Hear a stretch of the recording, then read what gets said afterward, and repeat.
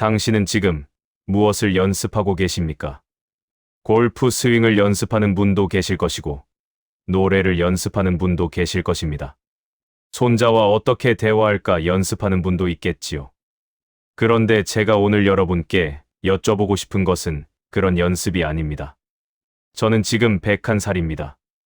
이 나이가 되고 보니 사람들이 평생 연습하지 않는 것이 딱 하나 있다는 걸 알게 되었습니다.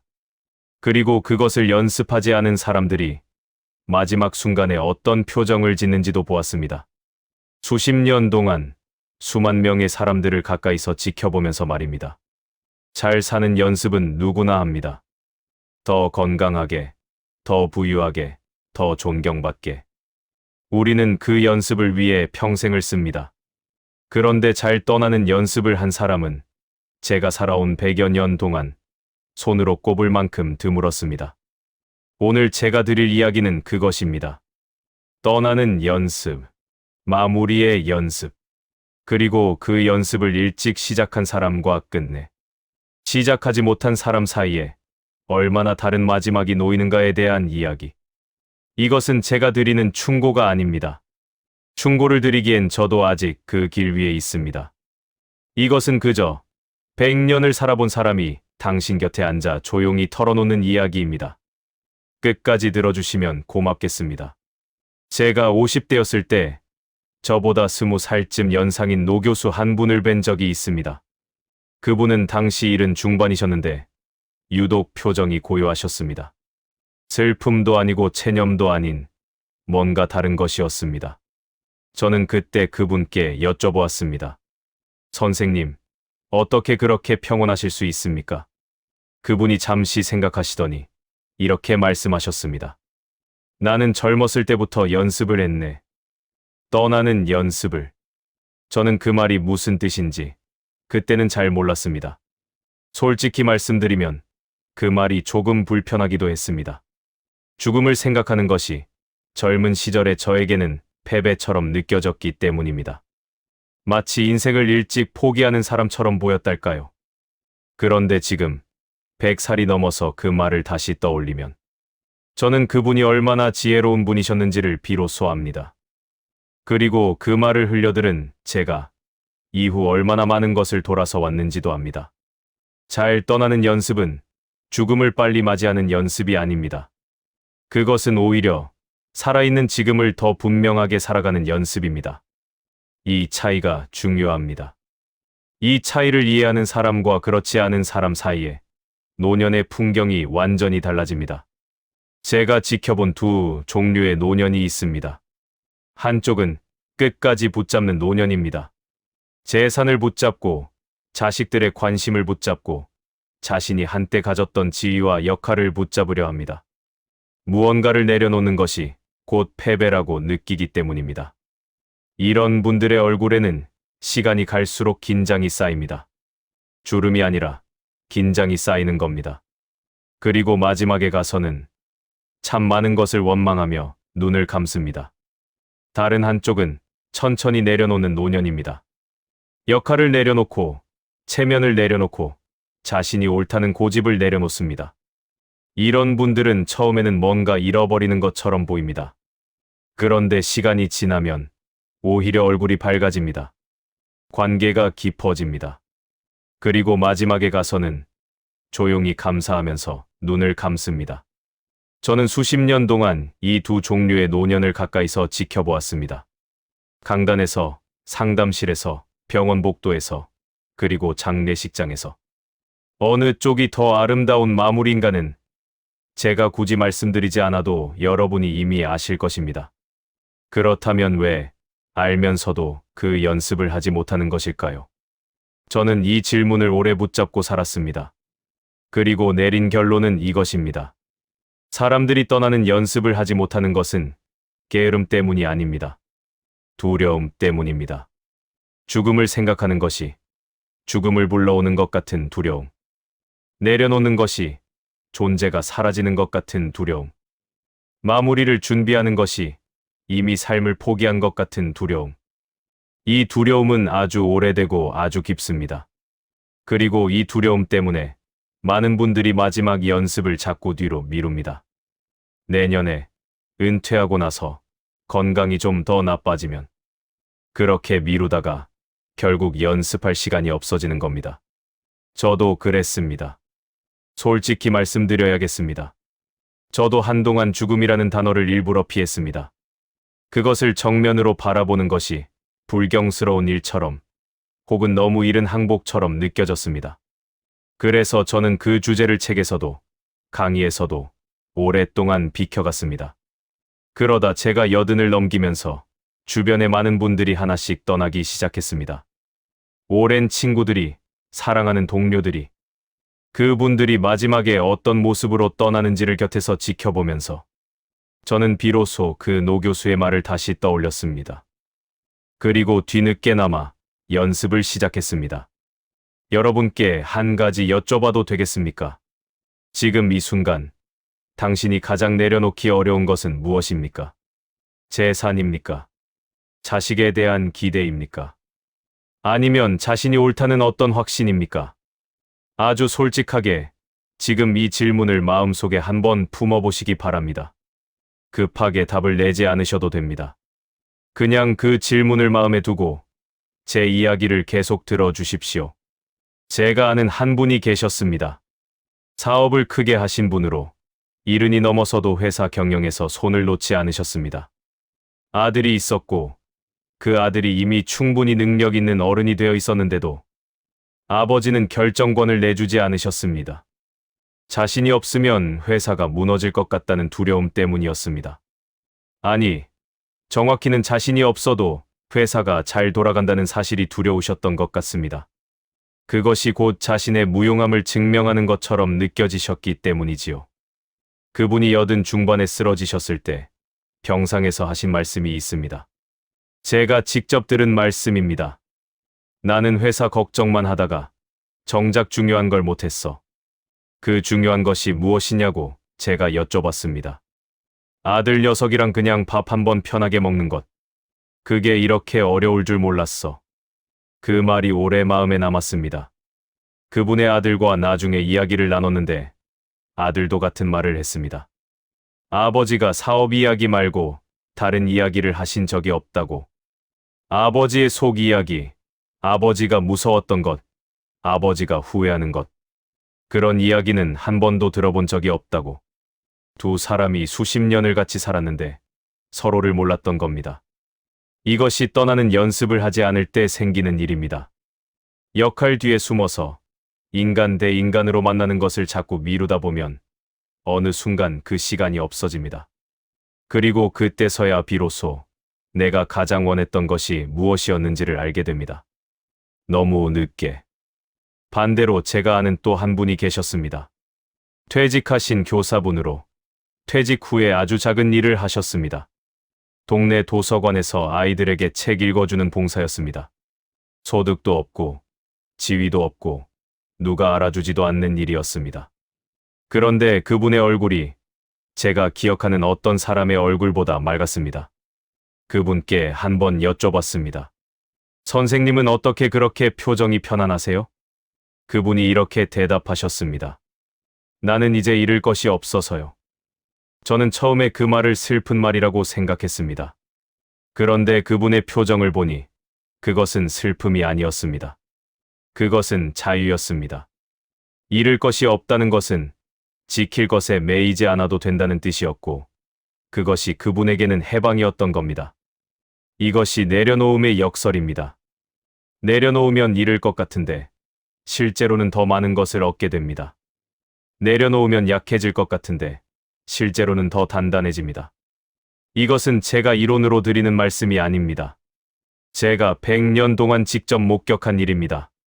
그렇다면 떠나는 연습은 구체적으로 어떻게 하는 것일까요? 저는 크게 3가지로 말씀드리고 싶습니다. 그리고 이것은 제가 나름대로 실천해온 것들이기도 합니다. 방법이라기보다는 어떤 의식처럼 생각하고 매일 조금씩 행해온 것들입니다. 첫째는 정리하는 일입니다. 물건을 정리하는 것이 아닙니다. 물론 물건도 정리하면 좋습니다만 제가 말씀드리는 정리는 마음의 정리입니다. 구체적으로는 아직 끝나지 않은 관계를 정리하는 것입니다. 여러분 주변에 아직 화해하지 못한 분이 있습니까? 말 한마디 잘못해서 멀어진 친구가 있습니까? 오해를 풀지 못하고 시간이 흘러버린 형제나 친척이 있습니까? 그 관계를 그냥 두는 것은 마음속의 짐을 계속 쌓아두는 것과 같습니다. 그리고 그 짐은 나이가 들수록 더 무거워집니다. 제가 아는 한 분은 젊은 시절 친한 친구와 사소한 일로 다투었는데 그것이 10년이 되고 20년이 되었습니다. 서로 연락을 끊은 채로 오랜 세월이 흘렀지요. 그러다 그분이 70이 넘어 그 친구가 세상을 떠났다는 소식을 들었을 때 그분이 저한테 전화를 하셨습니다. 새벽에. 그분은 전화기에 대고 이렇게 말씀하셨습니다. 나는 왜 그랬을까? 나는 왜 그랬을까? 그 말을 반복하시면서 우셨습니다. 이제는 화해할 수도 없고 미안하다는 말도 할 수 없게 된 것에 대한 슬픔이었습니다. 그 슬픔은 아주 오래 갔습니다. 정리는 상대를 위한 것이 아닙니다. 나를 위한 것입니다. 미안하다는 말을 건네는 것, 혹은 그냥 안부를 묻는 전화 한 통. 그것이 마음속 짐을 얼마나 가볍게 하는지는 해보신 분만 아십니다. 지금 이 순간 여러분 마음속에 떠오르는 얼굴이 있습니까? 오래 연락을 못한 분, 혹은 마음속에 앙금이 남아있는 분. 그 얼굴이 떠오른다면 그것이 바로 시작점입니다. 오늘 하지 않으셔도 됩니다. 다만 그 얼굴을 지우지는 마십시오. 둘째는 고백하는 일입니다. 이것이 더 어렵습니다. 정리가 관계의 문제라면 고백은 자신의 문제이기 때문입니다. 저는 100살이 넘어서야 비로소 할 수 있게 된 고백이 있습니다. 젊은 시절에 제가 가르쳤던 학생들에게 저는 늘 뭔가를 가르쳐야 한다는 생각에 사로잡혀 있었습니다. 그러다 보니 그들의 이야기를 충분히 듣지 못했습니다. 그들이 무엇을 힘들어하는지, 무엇을 원하는지, 그것을 진지하게 들어주지 못했습니다. 저는 가르치는 사람이었지, 듣는 사람이 아니었습니다. 이것이 제 후회 중 하나입니다. 여러분도 마찬가지일 것입니다. 아무리 훌륭하게 사신 분도 돌아보면 후회하는 것이 있습니다. 더 잘 들어줄 걸, 더 자주 연락할 걸, 그때 그 말은 하지 말 걸. 그 후회들이 마음속에 쌓여 있다면 그것을 스스로 인정하는 것이 고백의 시작입니다. 고백은 자기 비판이 아닙니다. 저는 자기 비판을 권하지 않습니다. 그것은 오히려 마음을 더 무겁게 합니다. 고백은 그냥 있는 그대로 인정하는 것입니다.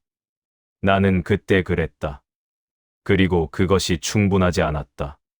그렇게 인정하고 그 다음에 조용히 놓아주는 것입니다. 방법이 있습니다. 저는 가끔 빈 종이를 꺼내놓고 제가 후회하는 일들을 하나씩 씁니다. 말로 하는 것보다 쓰는 것이 더 깊이 닿습니다. 그리고 다 쓰고 나면 그 종이를 가만히 내려다봅니다. 이것들이 나의 일부였구나 하고, 그리고 그것으로 충분합니다. 태워버릴 필요도 없고 누구에게 보여줄 필요도 없습니다. 다만 그것을 직면하는 것, 그것이 고백입니다. 이 고백을 통해서 무엇이 달라지느냐고 물으신다면 저는 이렇게 말씀드리겠습니다. 고백을 하고 나면 현재가 달라집니다. 과거의 짐을 조금 내려놓게 되면 지금 이 순간이 더 가볍게 느껴집니다. 지금 앞에 있는 사람이 더 선명하게 보입니다. 지금 이 하루가 더 소중하게 느껴집니다. 잠깐 여기서 제가 한 가지 여쭤볼 게 있습니다. 지금까지 제 이야기를 들으시면서 어떤 장면이 마음속에 떠오르셨습니까? 어떤 사람이, 어떤 상황이, 어떤 감정이 올라오셨습니까? 그것을 잠깐 붙잡아 두시기 바랍니다. 그 감정이 지금 여러분에게 필요한 이야기를 하고 있을지도 모릅니다. 그리고 이제 세 번째 이야기를 드릴 텐데, 이것이 오늘 제가 드릴 이야기 중에 가장 중요한 것이라고 생각합니다. 조금 더 들어주시기 바랍니다. 셋째는 감사하는 일입니다. 이것은 아마도 많이 들어보신 말씀일 것입니다. 감사하는 마음을 가져라. 긍정적으로 생각하라. 그래서 이 말이 이미 진부하게 느껴지시는 분도 계실 것입니다. 그런데 제가 말씀드리고자 하는 감사는 그런 일반적인 의미가 아닙니다. 제가 말씀드리는 감사는 아주 작고 구체적인 것에 대한 감사입니다. 오늘 아침 밥을 먹을 수 있었다는 것, 창밖에 햇살이 들어왔다는 것, 전화를 받아줄 사람이 있다는 것, 이런 것들이요. 저는 요즘 하루를 시작할 때 딱 3가지를 마음속으로 말합니다. 오늘 감사한 것 3가지. 그런데 이것이 말처럼 쉽지 않습니다. 처음에는 멍하니 있다가 억지로 찾아내는 느낌이었습니다. 그런데 이것을 꾸준히 하다 보니 시간이 지나면서 변화가 생겼습니다. 아주 작은 것들이 눈에 들어오기 시작한 겁니다. 평소에는 보이지 않던 것들이 봄이 오면 매화가 피어난다는 것, 저녁 하늘이 이렇게 아름다운 색이라는 것, 나이 든 몸이지만 아직 걸을 수 있다는 것, 이런 것들이 감사로 다가올 때 마음속에 이상한 변화가 생깁니다. 불안이 조금 줄어드는 것입니다. 죽음에 대한 두려움이 아주 조금이지만 옅어집니다. 내가 지금 이렇게 살아있다는 것 자체가 이미 엄청난 선물이라는 것을 느끼기 때문입니다. 그리고 그 감각이 쌓이면 떠날 때도 달라집니다. 내가 충분히 받았다는 감각, 충분히 누렸다는 감각이 있는 사람은 마지막에 가서 억울함이 적습니다. 반면 늘 부족하다는 생각, 더 받았어야 한다는 생각으로 살아온 사람은 마지막에 가서도 그 허기가 채워지지 않습니다. 노년의 외로움에 대해서도 이야기를 드려야겠습니다. 이것을 피해가면 정직하지 않은 것 같아서요. 저는 100살이 넘은 지금 외롭습니다. 솔직하게 말씀드립니다. 제 세대의 친구들은 거의 다 먼저 떠났습니다. 오래 함께한 분들이 하나씩 없어지는 것을 지켜보는 일은 말로 표현하기 어려운 감각입니다.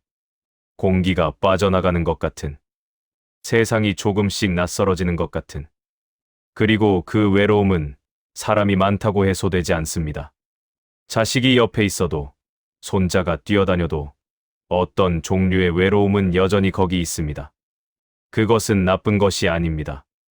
그것은 노년의 자연스러운 감각입니다. 제가 주변에서 보면 이 외로움을 2가지 방식으로 대하는 분들이 있습니다. 한쪽은 이 외로움을 채우려고 합니다. 끊임없이 사람을 만나고, 모임에 나가고, 자식들에게 전화를 걸고, 그것이 나쁜 것은 아닙니다. 그런데 그렇게 채우려고 할수록 외로움이 더 선명하게 느껴지는 경우가 많습니다. 채워지지 않는 것을 채우려 하면 오히려 결핍이 더 크게 느껴지기 때문입니다. 다른 한쪽은 이 외로움과 함께 앉는 법을 배웁니다. 외로움을 없애려 하지 않고 그것을 그냥 인정합니다. 나는 지금 외롭다. 그런데 이 외로움은 내가 누군가를 사랑했다는 증거이기도 하다. 그렇게 생각하면 외로움의 의미가 달라집니다. 사랑했기 때문에 그리운 것이고, 그리운 것이기 때문에 외로운 것입니다. 외로움은 사랑의 그림자입니다. 그 그림자를 무서워하지 않을 수 있다면 외로움은 더 이상 적이 아니라 오래된 친구가 됩니다. 저는 이 감각을 늦게야 배웠습니다. 오래 시간이 걸렸습니다. 그러나 지금은 조용한 저녁에 혼자 앉아 있어도 그 고요함이 꼭 비어있는 것처럼 느껴지지는 않습니다.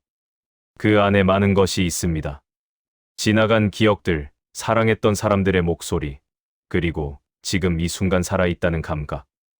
여러분은 외로움을 어떻게 대하십니까? 그것을 서둘러 채우려 하십니까?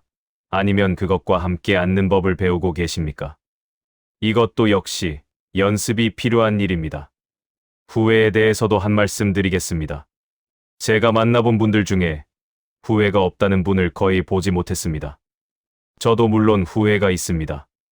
그것은 자연스러운 일입니다. 인생이라는 것이 돌아보지 않으면 앞을 볼 수 없는 것이고, 돌아보면 반드시 다르게 하고 싶은 것들이 있는 것이니까요. 그런데 후회에도 2 종류가 있습니다. 하나는 마음을 단단하게 만드는 후회입니다. 나는 그때 그랬었다. 그리고 그것에서 무언가를 배웠다. 그래서 지금은 조금 다르게 살고 있다. 이런 후회는 삶을 깊게 만듭니다. 다른 하나는 마음을 갉아먹는 후회입니다. 나는 왜 그랬을까? 나는 왜 그랬을까? 그때 내가 이랬더라면 지금이 달랐을 텐데. 이런 후회는 지금을 망가뜨립니다. 이미 지나간 일을 되돌릴 수 없는데 그것을 반복해서 씹으면 현재가 자꾸 과거에 잡아먹힙니다. 잘 떠나는 연습의 핵심 중 하나가 바로 이것입니다. 후회를 없애는 것이 아니라 후회의 방식을 바꾸는 것입니다. 그것에서 무언가를 건져내는 것입니다. 저는 한동안 제가 후회하는 일들을 마음속에서 다시 장면으로 떠올려보는 연습을 했습니다. 그 장면 속에서 내가 왜 그런 선택을 했는지를 다시 생각해봤습니다. 그러면 대부분의 경우 당시에 나는 당시에 내가 할 수 있는 최선을 했다는 것을 알게 됩니다. 완벽하지 않았지만 그때의 나로서는 그것이 최선이었습니다. 그것을 인정하면 후회가 조금 부드러워집니다. 나는 잘못한 것이 아니라 그때의 나였던 것입니다. 그리고 지금의 나는 그때보다 조금 더 알게 되었습니다. 그것으로 충분합니다. 이쯤에서 아까 말씀드렸던 그 노 교수 이야기로 돌아가겠습니다. 그분이 떠나기 얼마 전에 마지막으로 긴 이야기를 나눌 기회가 있었습니다. 그분은 그때 이미 많이 쇠약해져 계셨는데 그런데도 표정이 정말 고요하셨습니다. 제가 여쭤봤습니다. 선생님, 지금 무서우신 것은 없으십니까? 그분이 잠시 생각하시더니 말씀하셨습니다. 없다고 하면 거짓말이겠지. 그런데 두렵기보다는 궁금하네. 이 다음에 무엇이 있을까? 그 말이 참 인상적이었습니다. 두려움이 없는 것이 아니라 두려움보다 호기심이 더 크다는 것. 그것은 오랜 연습에서 나온 것이었습니다. 오랫동안 자신의 삶을 정리하고 고백하고 감사해온 사람만이 가질 수 있는 그런 고요함이었습니다. 저는 그분의 그 모습을 지금도 생생히 기억합니다. 그리고 그것이 제가 목표로 삼는 마무리의 모습입니다. 두려움이 전혀 없는 사람이 되겠다는 것이 아닙니다. 다만 두려움보다 삶에 대한 감사와 호기심이 더 크게 남아있는 사람이 되겠다는 것. 그것을 위해 저는 오늘도 작은 연습을 합니다. 매일 아침 조금 더 내려놓고 매일 저녁 조금 더 감사하고 아직 말 못한 것이 있다면 조금 더 용기를 내어 말하는 것. 크고 거창한 것이 아닙니다. 아주 작은 의식들입니다. 제가 이 이야기를 오늘 여러분께 드리는 이유가 있습니다. 저는 지금 101살입니다. 제가 이 이야기를 드릴 수 있는 시간이 얼마 남지 않았습니다. 그것을 알기 때문에 제가 살아오면서 가장 중요하다고 느낀 것을 가장 솔직하게 드리고 싶었습니다. 잘 사는 연습은 평생 하셨을 것입니다. 이제는 잘 떠나는 연습을 시작하실 때입니다. 그리고 그 연습은 지금 이 순간부터 시작할 수 있습니다. 거창한 준비가 필요하지 않습니다. 오늘 저녁 오랫동안 연락하지 못한 분께 전화 한 통을 드리는 것으로도 충분합니다. 잠들기 전에 오늘 감사한 것 3가지를 마음속으로 말해보는 것으로도 충분합니다. 아직 하지 못한 말을 종이에 적어보는 것으로도 충분합니다. 작은 것들이 쌓이면 어느 날 문득 마음이 조금 가벼워진 것을 느끼실 것입니다. 그리고 그 가벼움이 마지막 순간에 다른 표정을 만들어줄 것입니다. 저는 그것을 믿습니다. 100년의 삶을 통해서 믿게 된 것입니다. 이제 마지막으로 여러분께 질문을 하나 드리겠습니다. 오늘 제 이야기를 들으시면서 마음속에 무언가 건드려진 것이 있으셨다면 그것은 무엇이었습니까? 그리고 그것을 건드린 이유가 아직 당신이 하지 못한 무언가가 있기 때문은 아닐까요? 정리하지 못한 관계가 있으신가요? 고백하지 못한 감정이 있으신가요? 감사하다고 말하지 못한 분이 있으신가요? 아직 늦지 않았습니다. 그리고 이것이 제가 오늘 드릴 수 있는 가장 진실한 말입니다. 당신은 지금 어떤 연습을 시작하겠습니까? 잘 사는 연습을 조금 내려놓고 잘 떠나는 연습을 조금 시작하겠습니까? 아니면 오늘도 그것을 내일로 미루겠습니까? 그 선택이 당신의 마지막을 만듭니다. 그리고 그 마지막이 당신이 살아온 삶의 가장 마지막 페이지가 됩니다. 아름다운 마지막 페이지를 쓰시기 바랍니다. 구독은 무료이고 좋아요는 큰 힘이 됩니다.